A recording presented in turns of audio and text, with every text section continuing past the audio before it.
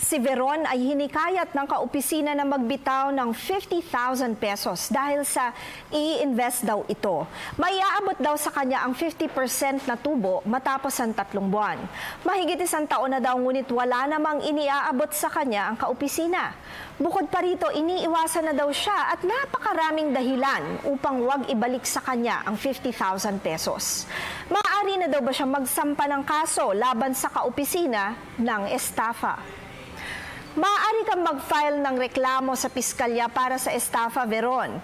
Kinakailangan po na sa inyong complaint affidavit, maipakita ninyo ang mga sumusunod na elemento na nakapaloob sa Article 315, Paragraph 1B ng Revised Penal Code na nagsasabing ang may karampatang kapurusuhan ang taong nangloko at nakapagdulot ng damage sa kapwa niya sa pamamagitan ng pag-misappropriate ng pera, bagay o kahit anong personal property.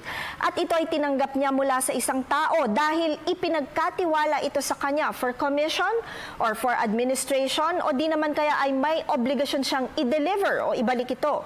Subalit ginamit niya ito para sa sariling kapakinabangan.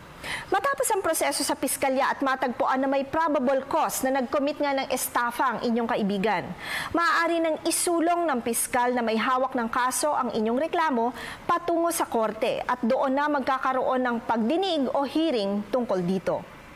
Tandaan na ang aming opinyon ay limitado lamang sa mga impormasyong inyong ibinigay sa amin at maaari itong mag-iba depende pa sa karagdagang detalye.